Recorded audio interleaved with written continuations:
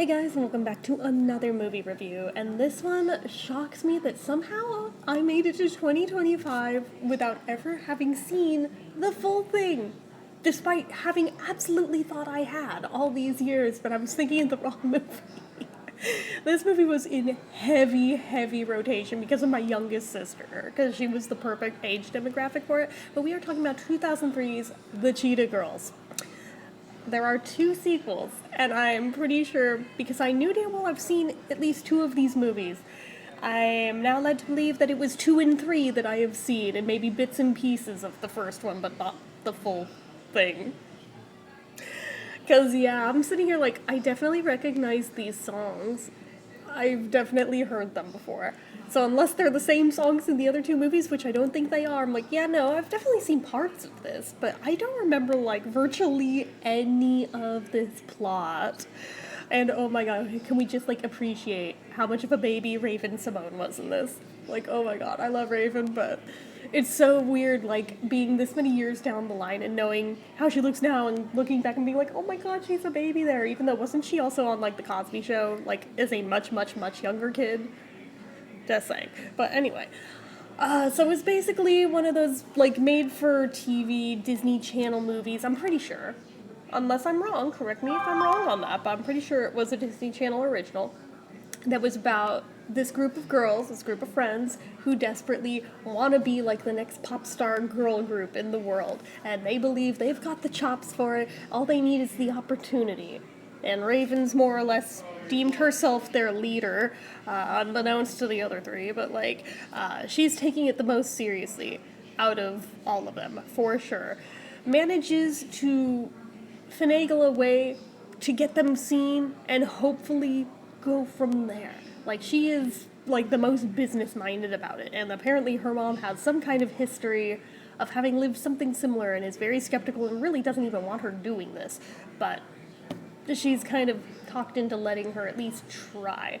So they audition, and they shockingly get the call back, and they have, like, a call from this, like, big music, I guess, producer, and, like, they know exactly who he is. It's, like, Jackal somebody, which, you know, Disney rules, the name is a warning, but, little kids might not catch on to that. Maybe they do, maybe they don't, but I caught on to it right away as a grown-ass adult, but, you know, being totally the demographic for this, but I digress. Yeah, he's skeevy from day one, and it just gets progressively worse and worse and worse. Thankfully not in the direction that you're worried it might. It is still a Disney Channel movie, so I mean, it didn't go that direction, but if this had been like any other channel, it probably would have. It would have been a very special episode type of TV special, but no, not like that. But in terms of basically wanting to use them, throw away what is their identity, replace it with like a corporatized version. Yeah, fuck their music. You can do this already pre-written tripe that is just honestly terrible and is like a mockery to all of them, frankly. Yeah, no, it doesn't sit well. The mom was right. Meanwhile, the whole time, Raven's got this absolutely going to her head in like the worst way and is so effing full of herself to where I'm like, damn, as much as I actually love Raven, I'm sitting here like, this has got to be like the one time I think I've ever felt like, ew, I don't like you right now. It's like, I hate the way she acts in it. But that attitude is really shit. It makes me wonder if some of it might have been based off of reality of how maybe she was, having come off like the popularity from the Cosby Show and being in all the Disney projects and stuff. Maybe she's tapping into that a little bit. I don't know her life that well. I mean, maybe not. Again, correct me if I'm wrong. But, yeah, she played it a little too believably. Anyway, and the other three slowly start to drift, and more or less, she is cut out of her own girl group at the end of the day. And more shit goes down, and, like, each of the girls have their own reasons for why this means so much to them. They go into each of those one by one. They've all got, like, their own tragic backstories, this, that, the other. And then there's, like, a whole thing where Raven's been letting her own responsibilities slide, and, like, the big peak drama moment of all the damn things. Of all the damn things. It's so dumb, but it's so Disney Channel that I have to love it because it's so dumb. The big drama of the movie is she took her dog for a walk and or possibly to the groomers, or is back from the groomers, I don't know. But took it on a walk anyway, and it fell down a hole, like, I guess into the New York subway system. You fucking heard me. And it makes it onto TV. Breaking news. Not even the regular news. No. Like, just cut into all the channels. This is breaking news. Even in the middle of, like, the school assembly, talent show, whatever. Breaking into that to show the news, because that's how breaking news reports work, right? But, and oh my god, her friends see her there, and that her dog fell down this hole, and even though they have beef with her, this dog did nothing wrong to them, so they'll show up for the dog, and they lure the dog to safety by singing at it. Yeah, I know. As a grown adult, I'm like, this is the dumbest shit, but on the other hand, I am not the target demographic, and I acknowledge that, and if I were a little kid, I probably would have been all over this, but my little sister was a little kid, and she was all over it, therefore I know damn well this was, like, her life for a while, till Lizzie McGuire and Hannah Montana, but, like, Cheetah Girls were, like, large in her legend, too, let me tell you, so... Yeah, they all make peace in the end, and they get back together, and everything has to be balanced now. She doesn't get to be the leader of the band. It's just going to be, like, all four of them, da-da-da-da-da. They're all friends again, yay. We know there's 2 other movies, although I don't know if they'd been greenlit at that point, but regardless, everybody's happy in the end of this thing. It's not the worst thing, even the way I'm telling it sounds fucking dumber than it actually was.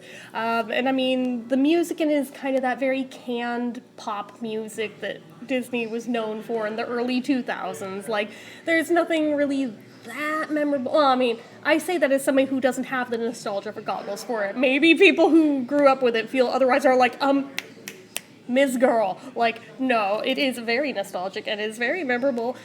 I wouldn't be surprised if there are people watching this who feel that way. I see you, I acknowledge you. That's why I say I don't personally have the nostalgia goggles for it, but if you do, maybe you feel differently about the music in it. Anyway, so that's like its whole ass thing right there, right? And plot-wise, obviously it is flimsy at best, but does it still have a certain charm to it?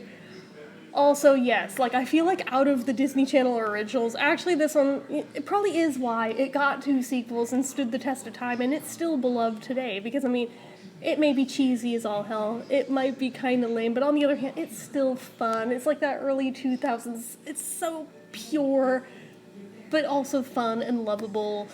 It's endearing. Like, at the end of the day, it is endearing, and I do appreciate it for that. So I think for me, I give it like a 3 out of 5. It is slightly above middle of the road. I think there was room for improvements in it, but on the other hand, it's not bad. It is definitely watchable. Now, I'm sure people who raised little kids obsessed with it around that time probably felt otherwise and were sick to absolute death of this. And that may be why I didn't actually see the whole thing of this one until now, probably because of that, because I think I was fairly in the realm of knowing if my sister's watching it and it's on Disney Channel, it's gonna make me insane within, like, a week. But anyway, but I obviously came around on some of those, but, like, I feel for the parents of those kids, because, oh god. If how she was with the Jonas Brothers and, like, Camp Rock and all that was anything to go by, it's like, oh yeah. R.I.P. to your sanity. But, like, this would have very much also fallen in that same realm of those type of movies. But on the other hand, if you weren't completely burned out by them back in the day, it's still a cute watch. It's still, like, a fun family kind of watch thing. But it's definitely intended for, like, a young demographic. Like, I think if you're any older than, like, tween at best, you're probably gonna roll your eyes at least once in this thing, but that's okay, because some of us love movies that are just like that, you know, even though they're cheesy and kind of lame. There's just a certain air about them where you can't help but love it nonetheless, you know? And I am one of those people that intentionally, unironically, does love movies that fall into that category a lot of the time. So, anyway, I'm babbling, so I'm gonna go. You can easily find this one if you have Disney Plus. It's on there. I'm sure you can find it other ways, nudge, nudge, wink, wink, if need be.